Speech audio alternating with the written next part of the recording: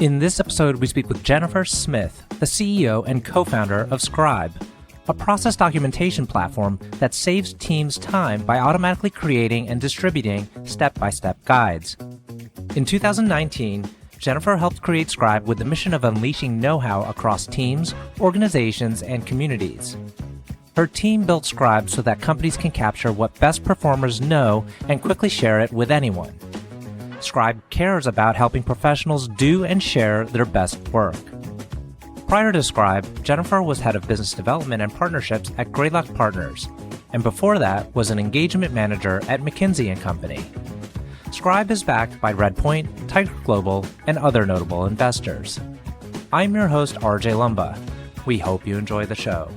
If you like the episode, click to follow. RJ Lumba is the executive chairman of Market Insight Media and the managing partner of GrowthCap. He is the host of Great Entrepreneurs, a podcast for driven entrepreneurs and business owners. Our podcast covers all topics related to the entrepreneurial journey, from ideation to execution to optimization and to reaping the rewards of a well-run business.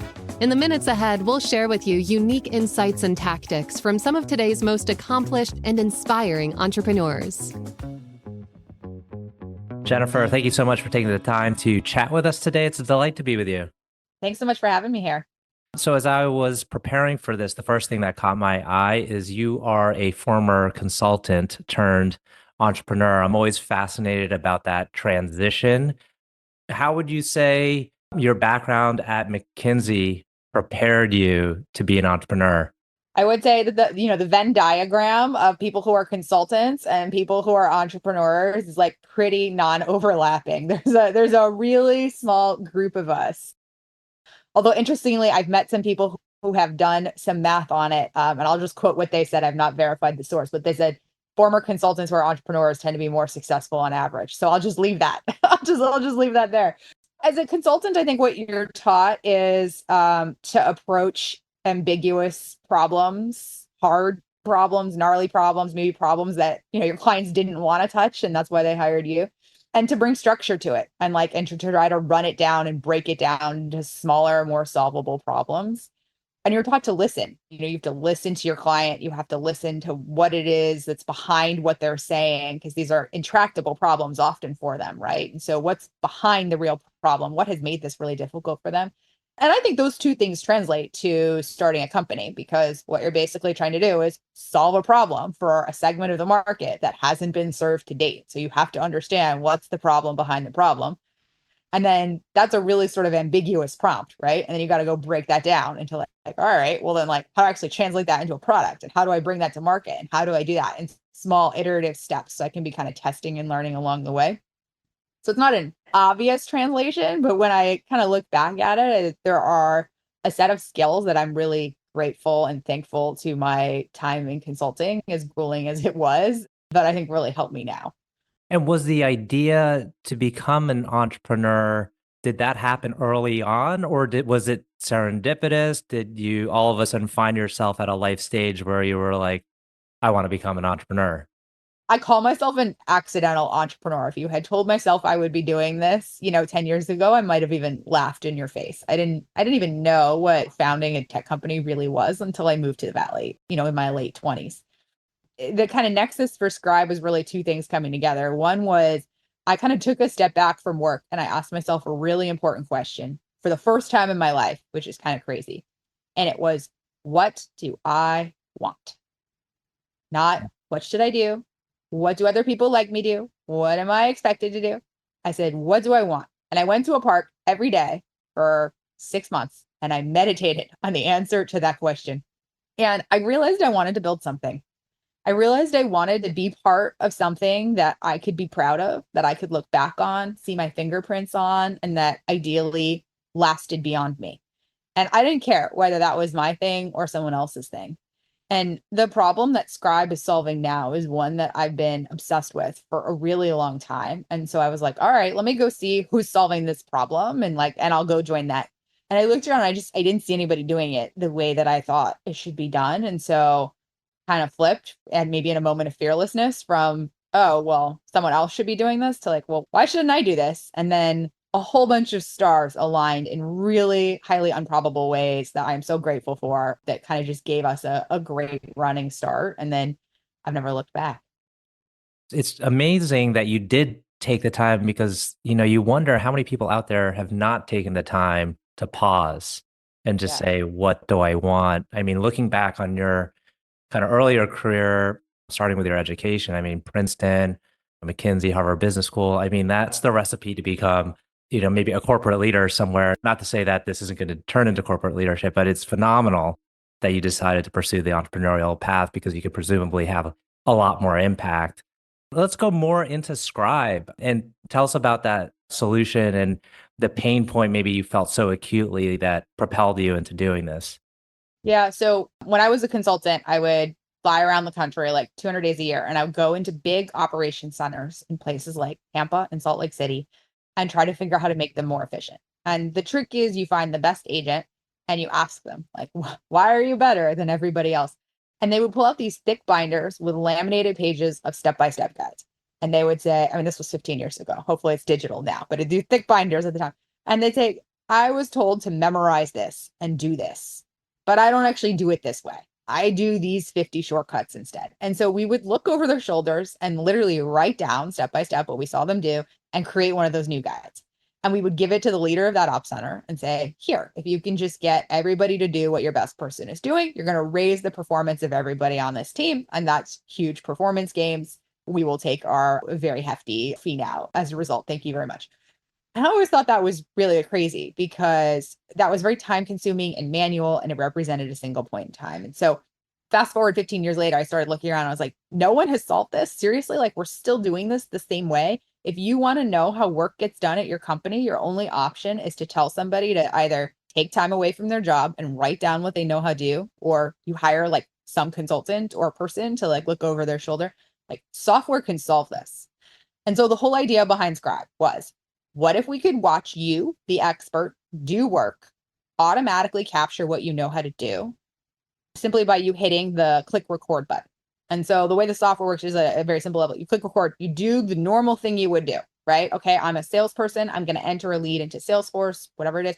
When you're done, you hit stop record. It'll automatically generate a step-by-step guide with written instructions and screenshots to show anyone how to do that process. So now if I have to explain this to a colleague, a client, customer, whatever, this is automatic documentation that has been created simply as like digital exhaust, just a byproduct of watching people do work.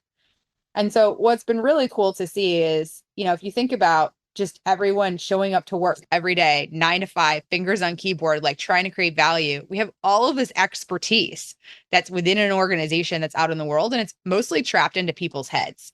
And we've now, for the first time, made it so it's nearly zero friction for us to actually get that into a digestible, scalable form that you can now share with anyone who has to do that process themselves. And so, throughout an organization, you would think like, okay, maybe you do that recording with the best person, you share it with everyone. How often do you need to do that? And so is this like a continual thing that you find companies always need to be doing? Yeah, because here's the thing. Sure, you do it for that process once, and then a few weeks later, like the process changes a little bit, or you buy a new piece of software, or you add some additional processes, right? Organizations are not static. Things are constantly changing and evolving, whether you're hiring new people, you're driving continuous improvement, you are upgrading your tools, the UI of the tools change. There are so many different reasons that the way that we work, the best practices are pretty dynamic, including people finding better ways too, right? Mm-hmm. And the way you described it was, a great example, fairly simplistic. When you were starting out, did you find that product market fit quite easily? Tell us about kind of the adoption. Yeah. So we originally built this for kind of like big enterprises and big organizations. And we looked at it and we said, well, gosh, we think that this might actually really benefit the end user. Don't think about an enterprise buyer. Just think about that person who's like trying to get through their workday, and like they're just being asked so many questions about how to do something, or they have questions themselves. And so we packaged up a very simple, very, very simple version of the product that was very easy to use. And we put it on Product Hunt, and we were like, let's see if anybody cares. Like, let's see, we're not going to do anything again. We're just going to put it there quietly and like sort of see. And, we started to see kind of like downloads trickle in. And then we saw, I think there were like 10 different blogs written in 10 different languages about kind of this new tool Scribe and what this could do. And then we started getting a bunch of feature requests from the people who had downloaded it. And so it was something that, the metrics by any account were incredibly small. We're talking about like dozens of people a day. Okay. Like something, a drop in the bucket, but they cared. Like they cared enough to write us really long emails about what they wanted to see differently and how they were using this. And so we looked at each other as a team and we were like, there's no rational reason that we should say that this is the thing to do, but it just feels right. I'm feeling the market pull here. And so we are going to do a hard pivot and we're going to go to market as a product-led growth company. And we're going to focus just on creating value for those end users. We know what they want. They've already told us, like, let's go build it and lean into that. Interesting. And then how soon was it before you decided to take in outside capital? We took in outside capital pretty quickly. Our first round, a pre-seed round, it was institutional investors who specialized in pre-seed along with angels. And that was before we even had really a true MVP. It's kind of like crazy Jennifer in a slide deck and a twinkle in her eye, like a little bit more. We built some basic stuff. It's like, some light proof of concept. I had a background in venture capital. And so it was something I felt very comfortable doing. Yeah, on this podcast, we actually interview a mix of folks that have bootstrapped versus raised outside capital and done it in sequential format. How's it been so far? I mean, I have a lot of friends, when they're starting companies, like their first question is like, okay, how do I raise venture capital? Who should I go talk to? And I always push back on that. And I'm like, venture capital is the right answer for a tiny, tiny, tiny percentage of companies. So your default assumption should be, I'm never going to take on venture capital. And like, you should come up with a really compelling argument as to why. And there are some very rare conditions that have to be true about the market that you're going after and the type of company that you want to build. Because as soon as you take VC money, like you are now on a very aggressive timeline with some very aggressive growth goals. And like, you are no longer completely in control of that. Right? Like you have signed up for something and like that has to be what you want. Otherwise, this is a massive misalignment and you're giving up control for no reason. For us, like I understood that from the beginning and that aligned really well. Like I see the path for Scribe to being an independent public company. Like that is what I want to build. And I believe someone will do this in this category. And we're the leaders right now. We've got a lot of work to do, but there's no reason that we can't. But that's not true, nor do a lot of entrepreneurs want to do that, right? That's a very specific type of entrepreneurship. And so I always caution people against it. And like, I'll spend 30 minutes with someone trying to convince them why not to do it before talking about how to help them do it. And now if you were to pinpoint, one segment of kind of the broad market you serve, what would that be? If you were speaking to that, I don't know if it would be the CEO of a company or if it's still kind of marketing directly to the end user, but who is it? Which is your biggest segment? And how do you communicate to them the value proposition? What's interesting about Scribe is that we serve people that we call them the go-to people, like the experts in a company. So I'll speak to those experts, which is if you have to share what you know how to do, stop putting together step-by-step written guides, copy paste screenshots, hopping on Zoom meetings, having people stop by your desk to tap your shoulder and ask you, hey, one more quick question. Can you quickly show me how? Like if you live this life, you know what I'm talking about right now. Like this consumes a good amount of your time. You don't have to do that anymore. You can still help those people. You can still scale what you know how to do. By the way, you can get recognized for it. And you can do it in what takes on average with Scribe 56 seconds to generate that Scribe and to share it with someone else. And so that's really to anybody who has that expertise. You could be sitting in IT, you could be sitting in customer success, you could be sitting in sales, you could be sitting in operations. But like you are the quiet people who know how everything gets done within your company, and you are overburdened and overworked and under-resourced in getting that done. And so Scribe is here to try to help you with that. And is there any communication that has to happen between that person and their IT department or someone else in their company to get approval to do that? Or is it people just do it independently?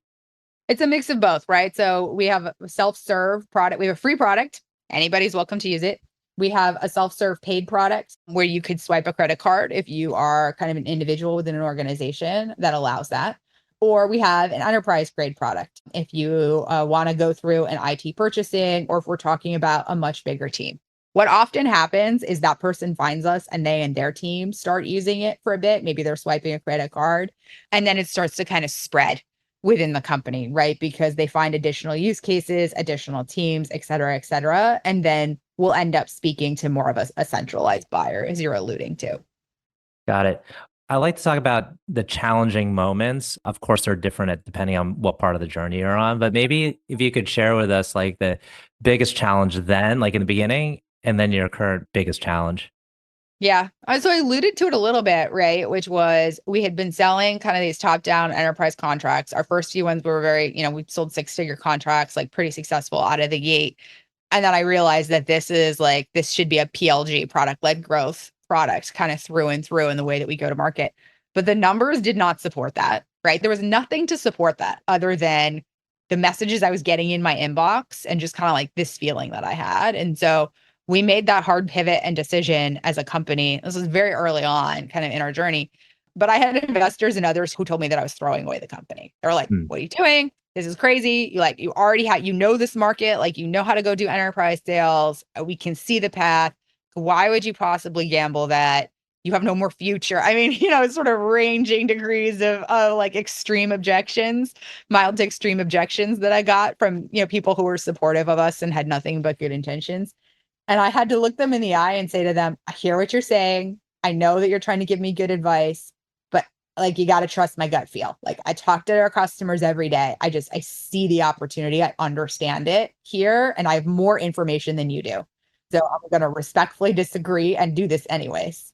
And in some ways it wasn't hard because like, I just knew there was no other option. I knew that was the right thing to do, but it still doesn't feel great when everybody tells you that, you're not going to be successful. Right. And biggest challenge now?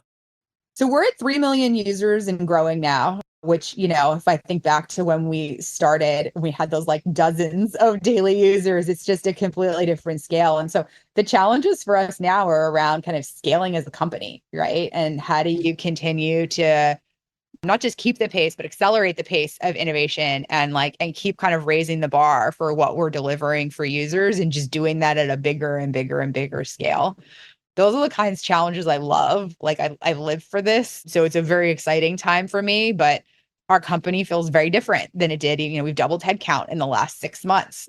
So half of my team has less than 6 months tenure here, right? And so even just like getting them to kind of be like the same culture and the same understanding of like where we came from, why this is important, who our users are, like who we're solving this for, and having them kind of like live and breathe that when they're all so new. Like, those are the kinds of things I think about now a lot more than I did when we were like a merry band of a few scrappy weirdos in the very early days. Quick question. As you're bringing on all these people, and it sounds like you're bringing on a lot of people, like how do you know when it's just maybe taking a little bit longer for a certain individual to get up the learning curve, but they're going to be a good producer? Like how much leeway do you give there? It's a great question. I don't have any kind of single answer for that, but I will say a kind of couple things that we've tried to be really thoughtful about. So one is you have to have a really good onboarding process. Okay. So like, you got to take the question out of like, did we not support this person? So to take that question out, like, one, you've got to be really clear about why you're hiring this person. It's not, oh, companies at my size tend to have 2 product marketers. Not that. It's, oh, hey, here are the OKRs and metrics and objectives we have as a company. I'm trying to move this forward, and I need a resource against this that can own this particular outcome. Okay, I need someone to own this outcome. Now I'm going to go kick off a search. Here's what I think are like the right set of attributes of this person. I actually care a lot less about experience than other people. So I think more in terms of attributes and potential and slope. Like, here's the kind of person I think can solve these types of problems. And now let me go find somebody who kind of looks like that, right? And then you bring them in and you got to make sure like you kind of have everything figured out to match their success. In roles that are more defined, we tend to hire in batches. So we'll hire 2 people at a time if we're hiring for multiple of the same role. And, people do this in sales kind of like very famously, and it makes a ton of sense because it also takes out sort of the onboarding from the equation, and you can kind of see clear differences between the two. But I think less about like, what does somebody look like in the first month, and more, what does their slope look like? And so that maybe leads us to hire slightly different people for roles as well. Got it. Last two questions. One is, can you tell us about a person who's had a profound influence on you? This is going to be kind of cheesy, but it's our users. It's like the people that I talk to, every Yeah. day we're Yeah. building for. Like, I'm really inspired by them because they're very practical people. They are very impactful people. They are constantly looking to be better. Like, they seek to be better, to do better by their companies, by their colleagues, by their communities. And being a small part of that to me is just really inspiring. And they tend to be under recognized. Like, I'll give you an example. One of the early user calls that I was on, 6 people join the user call. Because in the very early days, I would send out my Calendly link to anybody who signed up. And I'd be like, hey, I'd love to just chat with you and hear about your experience. Right. And so 6 people show up on this call. I'm like, oh, wow, this is like quite a bit. And it was a woman who had found Scribe and started using it. And she was the most prolific person on that team. And she was the most junior person among those 6 people by far. But they were all singing her praises as like, she is changing the way that we're working because she has found Scribe and she's getting all of us to use it. And like, we are now sharing the way we work and we're getting so much better. And you could tell that she typically didn't get as much recognition. Like, she was kind of the quiet person in the back who was, kind of holding everything together. And like, this was a moment where people could recognize that. And she was able to have that outsized impact. She wasn't necessarily comfortable with the attention, but I was glad that she was sort of getting that recognition. And so that's the kind of thing that's inspiring to me. Like, all these people have done the hard work. And so I'm just trying to help them like scale that and get more out of what they've already done. That's awesome. Last question. Can you tell us about a charity cause or other endeavor that you're passionate about? I am really concerned about the chronic disease epidemic in this country, completely unrelated to Scribe, but just kind of a strong personal interest of mine. And so much of it is due to lifestyle of what we put in our bodies, what is in our environment around us. And it's so much of it is preventable, like especially with children. And so that's something that I've kind of told myself, right now my obsession is Scribe and my family, and then that's about it. But, that's something that I've told myself that, kind of later on in my life, I would love to join the fight in solving that. Because like, if kids are starting off life at 18 as adults with 4 chronic conditions, like, life is just an uphill battle, and it just doesn't have to be that way. Right, right. Well, Jennifer, I want to thank you again for taking the time for this conversation. It's been a great one. Thank you so much. I appreciate you having me on.